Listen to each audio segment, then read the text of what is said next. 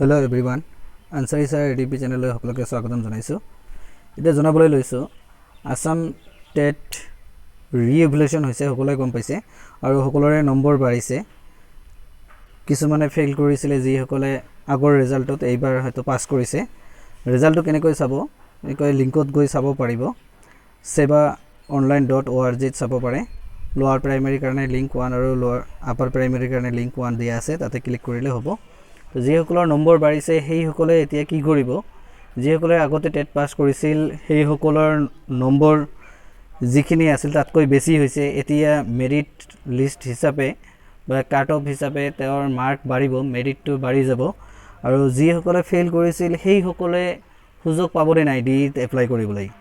এতিয়ালৈকে যিহেতু first provision merit list এতিয়ালৈকে ওলোৱা নাই, সেইকাৰণে যিসকলে ফেইল কৰিছিলে আগত 3, 4, 5 নম্বৰৰ কাৰণে, সেইসকলে এতিয়া এপ্লাই কৰিব পাৰিবনে নাই সেই বিষয়ে জনাবলৈ লৈছোঁ যে আগন্তুক কেইদিনৰ ভিতৰতে আৰু এটা নতুনকৈ নটিফিকেশ্যন আহিব, য'ত যিসকলে ফেইল কৰিছিলে এতিয়া পাছ কৰিছে সেইসকলে এপ্লাই কৰিব পাৰিব আৰু নিজৰ মেৰিট লিষ্ট হিচাপে বা যিখিনি স্ক'ৰ কাৰ্ড পাইছে সেই স্ক'ৰ কাৰ্ড ডাউনলোড কৰি ল'ব পাৰিব আৰু এই স্ক'ৰ কাৰ্ড তাতে আপলোড দিব লাগিব।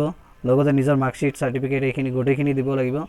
আৰু তাৰপিছত একেলগে ডিইত এপ্লাই কৰা, আগত এপ্লাই কৰা আৰু নতুনকৈ এপ্লাই কৰা যিসকল হ'ব সেইসকলৰ মেৰিট লিষ্ট হিচাপে প্ৰভিজন লিষ্ট ওলাব। আৰু যিসকলে আগতে পাছ কৰিছিলে সেইসকলৰ পাছ কৰা ব্যক্তিসকলে সিহঁতক এডিট কৰাৰ বাবে এটা নতুনকৈ নটিফিকেশ্যন ওলাব, য'ত সিহঁতে নিজৰ পাছৱাৰ্ড আৰু ইমেইল আইডি আৰু লগতে এপ্লিকেশ্যন নম্বৰটো সেইটো দি অ'পেন কৰি এডিট কৰিব লাগিব। আগৰ যিটো মাৰ্কশ্বিট আছিল সেইটো আঁতৰাই দি নতুনকৈ মাৰ্কশ্বিট আপলোড দিব লাগিব যিসকলৰ নম্বৰ বাঢ়িছে সেইসকলৰ। আৰু এতিয়া জনাবলৈ লৈছোঁ যে মাৰ্ক কিয় সকলোৰে একে বঢ়া নাই।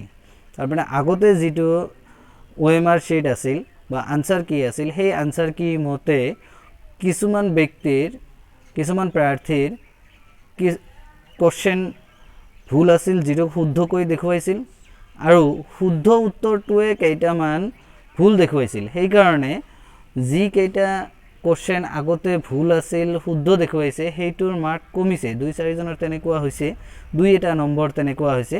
আৰু যিসকলৰ শুদ্ধ উত্তৰটো ভুল দেখুৱাইছিল সেইটো শুদ্ধ হৈ আহিছে।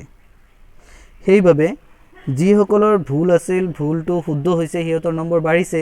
আৰু শুদ্ধ উত্তৰটো ভুল হৈছে সেইটোৰ নম্বৰ 1-2 নম্বৰ